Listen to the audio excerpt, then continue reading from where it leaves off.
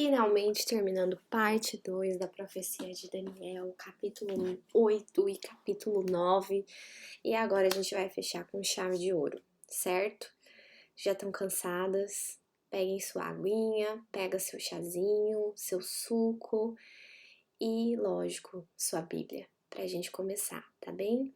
Fazer uma breve oração. Querido Pai, até aqui temos estudado a Tua Palavra, tem apresentado os versículos bíblicos. Pai, tenho mostrado todos os que estão nas Tuas Escrituras. Senhor, em nome de Jesus, sabemos que as coisas espirituais se discernem espiritualmente.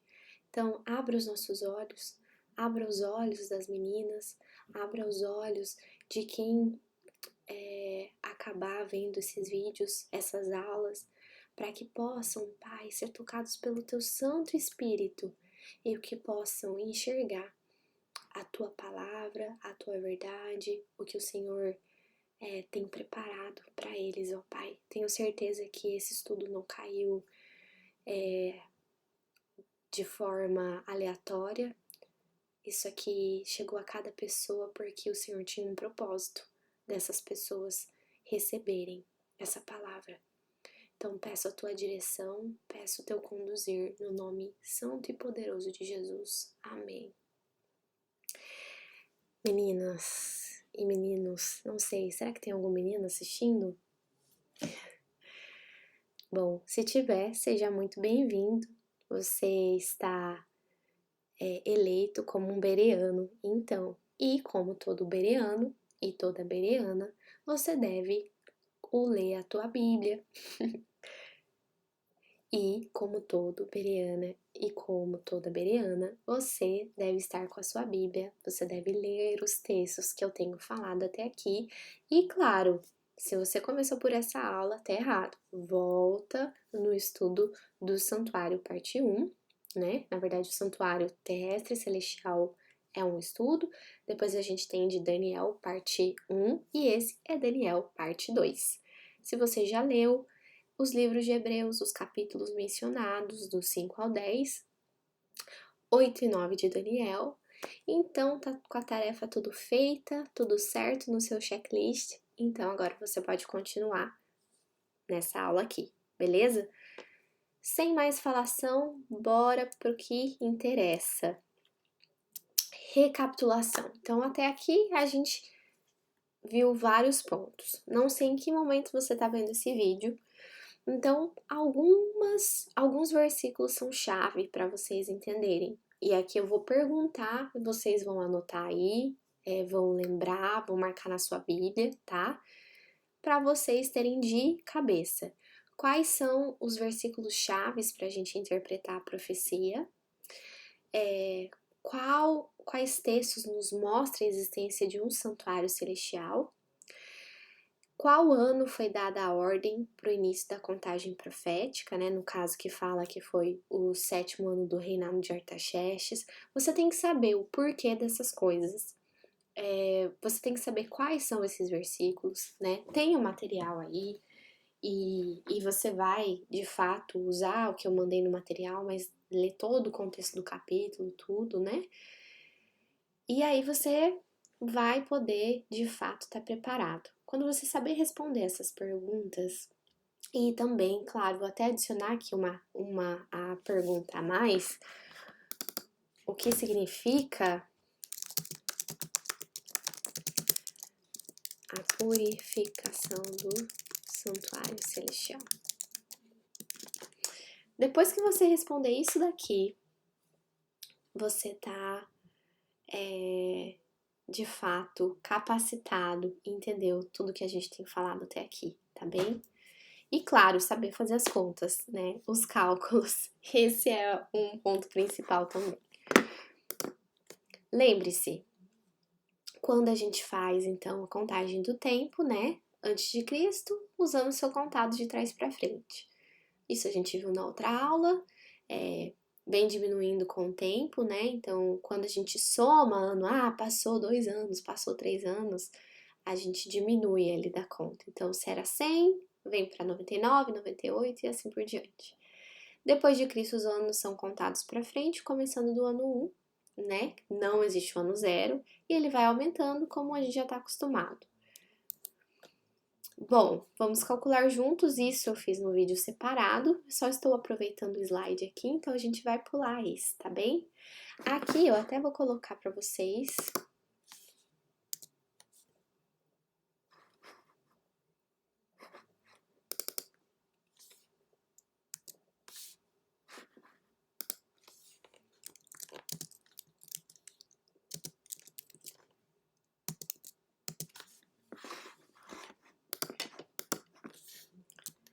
Bom, aqui até corrigi o slide para vocês, a gente não vai focar muito nessa parte, porque tem um vídeo só falando de cálculo, né? Então, acho que já tá bem resolvido se você assistiu esse vídeo. Então, veja, quando a gente tem 457, diminuímos o tempo ali. Aqui, quando você faz essa conta na calculadora, vai sair 26. Você tem que compensar com mais um, porque não vai ter o zero, tá bom? Com menos um, né, no caso. E aí, então, a gente faz esse cálculo, que aqui eu já colocaria aqui, que 457 vai dar 2.300 anos.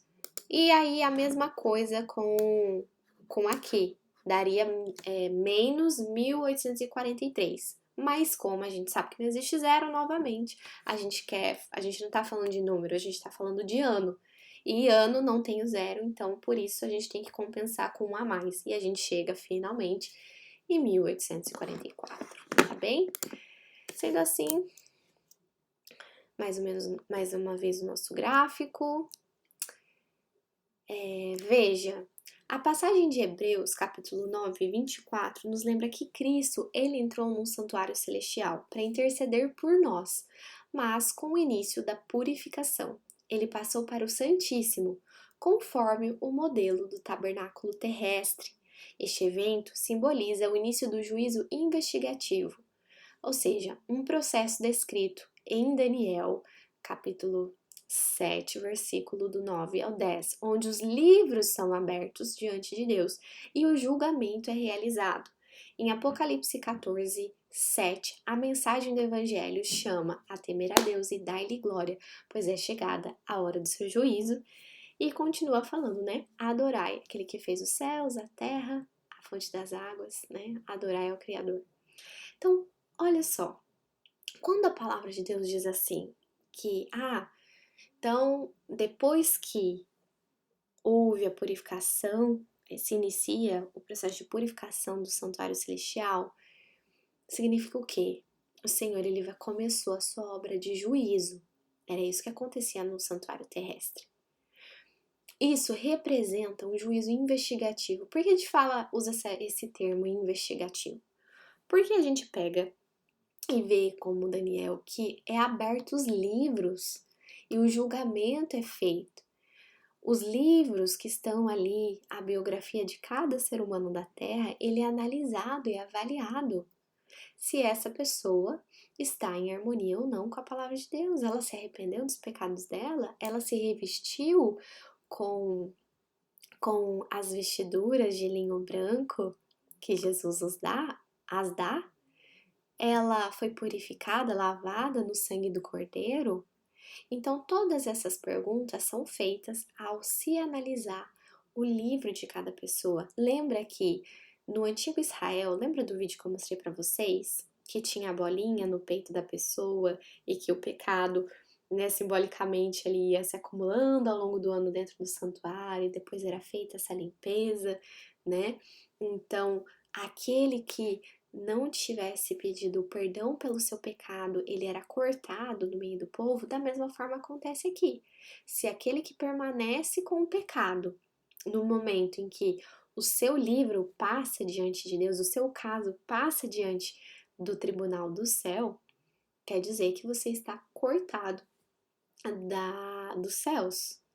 Isso parece muito forte, né? Claro, mas lembrando que aqui a gente está falando de forma mais direta, mas a gente sabe que Deus, ele faz de tudo para salvar a mim e a você, né? Ele é longânimo, ele é benigno, mas ele também é justo. Até porque, como que ele levaria alguém para o céu que não estaria feliz no céu, né? Por isso que eu e você que amamos ao Senhor, a gente é convidado a ter uma vida de santidade, uma vida de arrependimento, né, das práticas do mal e viver de forma em harmonia com o que vai ser, com o que está nos esperando nos céus. Em Apocalipse 14, versículo 7, a mensagem do Evangelho chama então, né, como a gente leu, para temer a Deus e dar-lhe glória, chegada a hora do seu juízo. Isso acontece na mensagem dos 3 anjos. A purificação do santuário simbolizava o exemplo da hora do juízo. Era um juízo que acontecia no meio do povo de Israel. E no céu significa que se iniciou o juízo que agora é feito para toda a humanidade. Então, por isso que os livros de todos é aberto e cada caso é avaliado um por um, né? Veja, por isso que a Bíblia fala lá na mensagem dos 3 anjos, temei a Deus e dai-lhe glória, porque é chegada a hora do seu juízo. Quando o Senhor voltar para nos buscar, o juízo dele já vai ter sido feito. Por isso que ele vai saber quem vai estar e quem não vai estar. Por isso que vai chegar um e vai falar, Senhor, mas eu curei pessoas, eu expulsei demônios, e o Senhor vai falar assim, afasta-te de mim, porque eu não te conheço. Então, a palavra de Deus ela é clara em dizer que o juízo do Senhor ele acontece e ele já começou a acontecer em 1844. Significa que agora a gente está no último etapa do processo, né? Antes de Jesus voltar. Este momento, então, ele enfatiza a importância de viver de acordo com a justiça de Deus, pois todos serão julgados com base em suas obras, conforme Eclesiastes capítulo 12 e 14, que diz, porque Deus há de trazer o juízo, toda a obra, até as que são escondidas, seja boa ou seja má.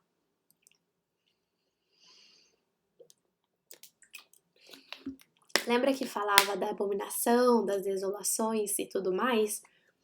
Eu tô usando dessa vez aqui para vocês a ARC, a Almeida revisada e corrigida, e que diz, né, o povo do príncipe que há de vir destruirá a cidade e o santuário, e o seu fim será como uma inundação, e até o fim haverá guerra, e estão determinadas as assolações. O que a gente vê?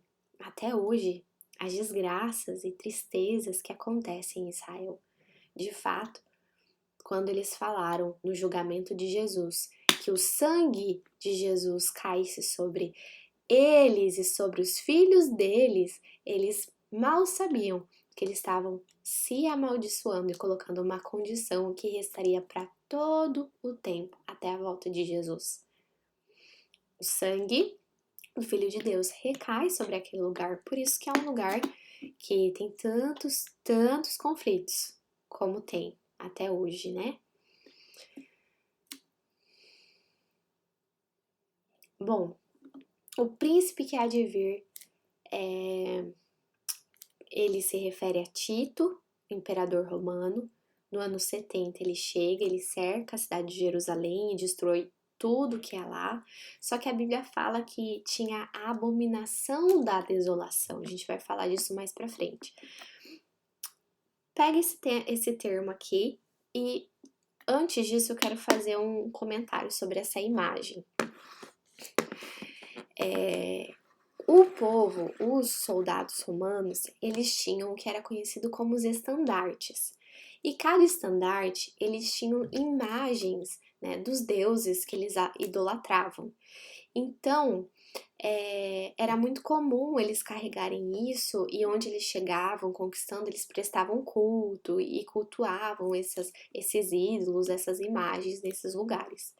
Então, quando você chega com esse tipo de coisa fazendo em Jerusalém, ou melhor, fazendo exatamente na frente do santuário santo, né, sagrado, isso é considerado uma coisa terrível, uma abominação, uma coisa terrível.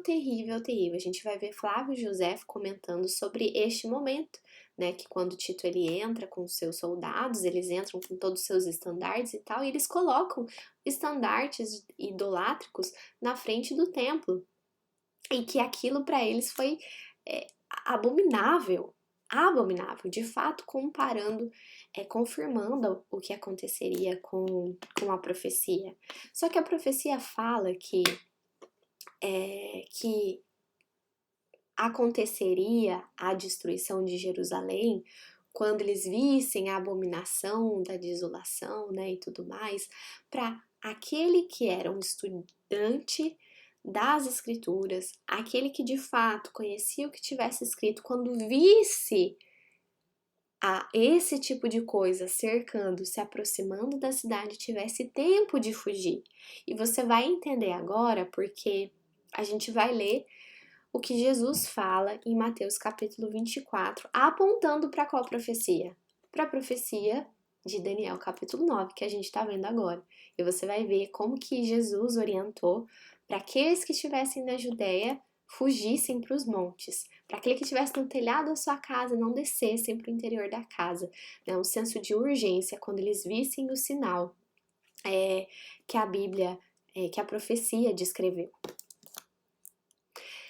Uma coisa que eu gosto, uma coisa que eu quero mencionar para vocês aqui que é muito importante. Neste momento aqui, a gente não vai se aprofundar tanto nesse aspecto, mas vocês precisam entender o que aconteceu no momento do cerco de Jerusalém. No momento do cerco de Jerusalém, os exércitos romanos, eles vêm e cercam a cidade. Então tem esse primeiro momento. Eles cercam a cidade, só que, por algum motivo, as tropas são retiradas. Só que todo aquele que conhecia as escrituras, conhecia o livro de Daniel, todo aquele que conheceu a Jesus, o seguindo, né, sabendo do conselho que ele dá lá em Mateus 24, viu todos os sinais, ficaram atentos e entenderam, tiveram um clique. Peraí, esse é o momento da fuga. É esse momento que a Bíblia fala que aquele que está na Judéia fuja para os montes. Esse é o momento da fuga. Então, quando os exércitos se retiram, né, por um período curto de tempo, esse povo foge, tá bem? Os verdadeiros cristãos que estavam ali, eles fogem. Só que depois o que acontece? Nem todo mundo fugiu, obviamente, né? Porque nem todo mundo era praticante e entendido da profecia. Eis que vem uma segunda vez, um segundo cerco, só que agora é um cerco definitivo. Dessa vez, sim, é o momento que eles entram em Jerusalém e acabam com tudo. Então você vê quadros, imagens terríveis do que aconteceu em Jerusalém. Diz que tinha tanto sangue, até mencionei para as meninas na aula, né? Que diz que escorria pelos degraus, assim, como uma enxurrada. Foi uma matança cruel, violenta. E ainda, né, a gente tem aqui o relato do Flávio Joséfo, que eu mencionei para vocês, que eles falam assim, olha, e agora os romanos, ao verem a fuga dos sediciosos para a cidade e ao verem a queima da própria casa sagrada, no caso o templo, e de todos os edifícios ao redor dela, trouxeram o que? Seus estandartes para o templo. E agora os romanos, ao verem a fuga dos sediciosos para a cidade e ao verem a queima da própria casa sagrada e de todos os edifícios ao redor dela, trouxeram seus estandartes para o templo e os colocaram em frente à sua porta oriental, e ali ofereceram sacrifícios a eles, e ali proclamaram Tito imperador com suas maiores aclamações de alegria. Lembra que eu falei para vocês? Então eles vêm com os estandartes, que eram esses ídolos deles, né?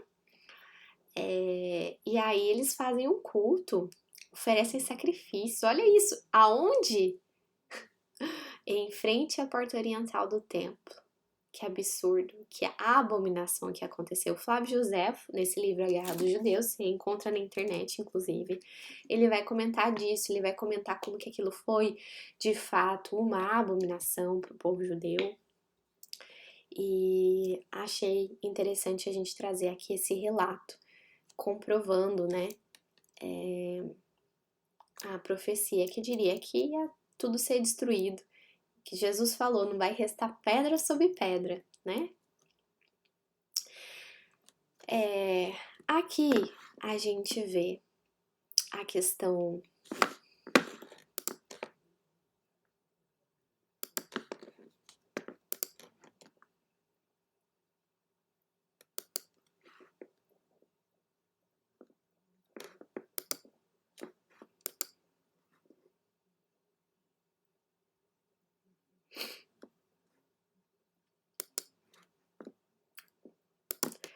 bom, o nosso vídeo vai se encerrar por aqui. Agora, a continuidade da profecia é Daniel capítulo 10. É lindo, é tremendo o que acontece. A gente vê que aqui diz que no primeiro momento que Daniel se pôs para entender, olha só, né, no verso 12, até vou mencionar aqui para vocês. Gabriel, ele diz assim: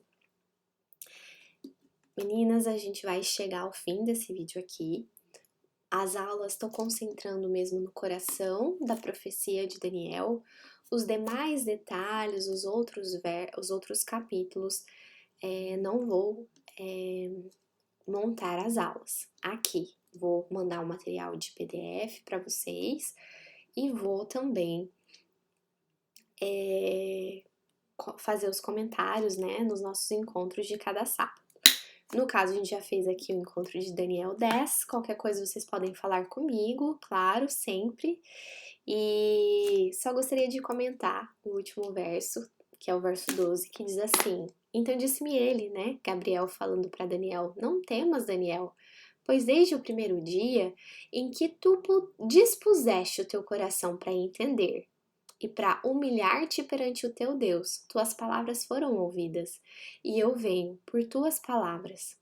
E aí Gabriel vai falar que, né, ele vem, porém a gente tem uma entidade espiritual ali que um anjo mau, né, um anjo caído, se põe no caminho para evitar que a interpretação seja dada a Gabriel, até que então vem Miguel e afasta, né, esse anjo mau que estava por trás do reino da Pérsia. E aí, então, finalmente Gabriel consegue falar com Daniel depois de 21 dias, né? E ele fala: olha, agora eu venho a ti para fazer-te entender o que cairá sobre o teu povo nos últimos dias, pois ainda a visão é para muitos dias. Então, gostaria de comentar com vocês que, veja, o anjo ele vem trazendo o significado quando Daniel ele dispõe o coração dele para entender. Quando Daniel ele se dispõe em humilhação perante Deus. Então aí sim as palavras dele foram ouvidas e foi enviado. Então, quando a gente estuda a palavra de Deus, quando a gente estuda a profecia, a gente precisa ter essa mesma posição de Daniel, uma disposição de coração para entender. A gente precisa também ter uma atitude de humildade diante de Deus. A gente precisa se humilhar de fato diante de Deus. Então, para finalizar, eu queria fazer uma pergunta sincera. E aqui eu tô gravando um vídeo, mesmo assim, mesmo que eu pedisse para você mesmo. Gostaria de fazer uma pergunta sincera para vocês. O quanto que você ama a verdade? O quanto? Será que você estaria disposta, por amor da verdade, a estudar a palavra de Deus, mesmo que no meio desse caminho possa haver coisas que eu tenha entendido errado a minha vida inteira?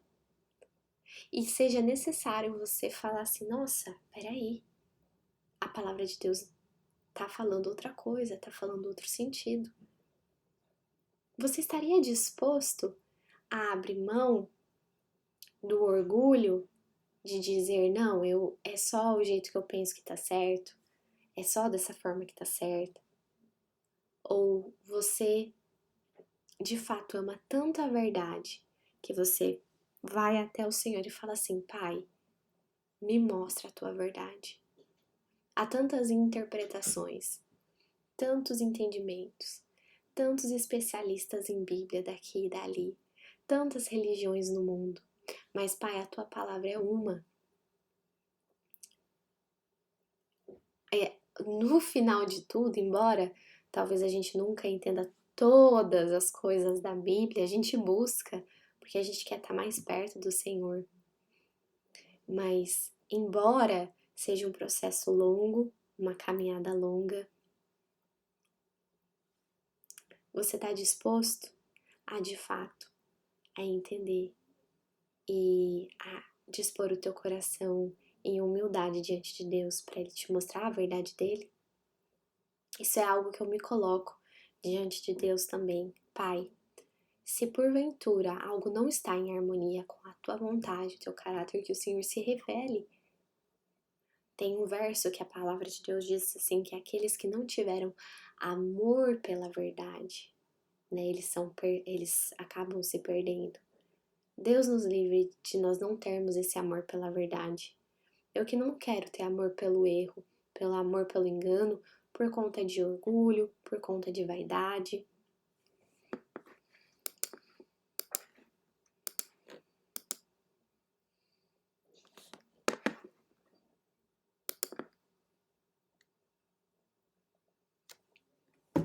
Para finalizar, então, faço uma pergunta para vocês.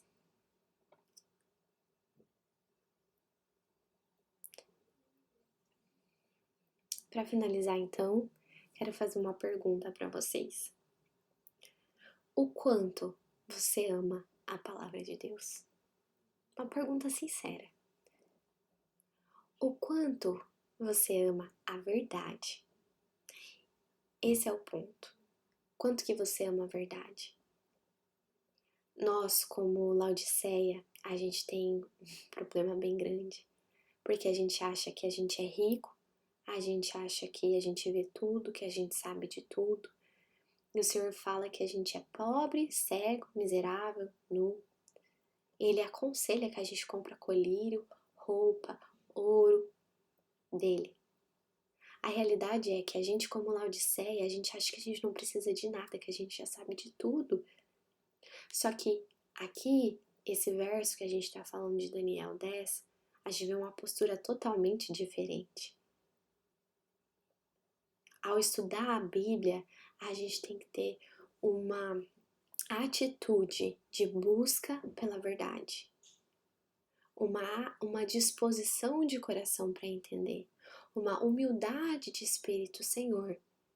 E se tudo que eu ouvi a minha vida inteira eu entendi de uma forma errada e agora o Senhor vem e me mostra uma coisa totalmente diferente? Não, não pode ser assim, porque tal coisa tem que ser assado. E aí eu tenho que fazer uma ginástica gigante para manter a minha posição, porque eu nunca posso errar. Então, uma conversa bem sincera aqui com vocês, bem genuína, de que quando a gente tem um amor pela verdade, pela palavra de Deus, de fato, a gente fala assim, Senhor, me mostra a tua verdade. Há tantas igrejas, há tantas interpretações, há tantos especialistas bíblicos. Como que eu sei, Pai, qual que é a tua verdade? Me mostra. Revela a mim. Me dá a humildade que eu não tenho. Remove o orgulho de todo conhecimento que eu possa vir a ter ou que eu tive. Mas, Pai, construa e me conduza na tua verdade. Não permita que eu tenha amor pelo erro, amor pelo engano, ou que eu tenha mestres como ídolos. Um objetivo principal das Bereanas é que eu e você aqui, a gente desenvolva um hábito de comparar as escrituras, de se questionar, né? Não é você se questionar, não é você deixar sua fé de lado, mas é você ter uma fé inteligente, uma fé viva. Por que eu creio da forma que eu creio? E aí você vai revisando ponto por ponto.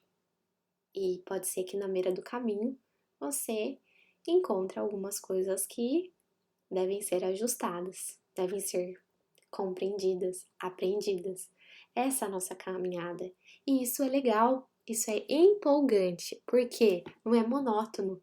Que chato seria já saber de tudo e de tudo de todos.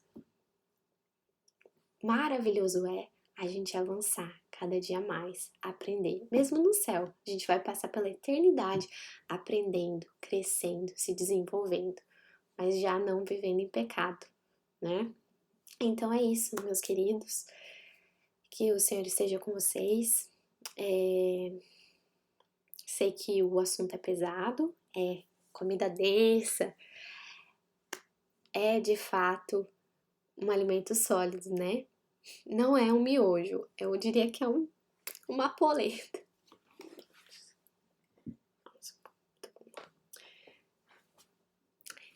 Então, não é um alimento, de fato, não é um leite, né, gente? Que não...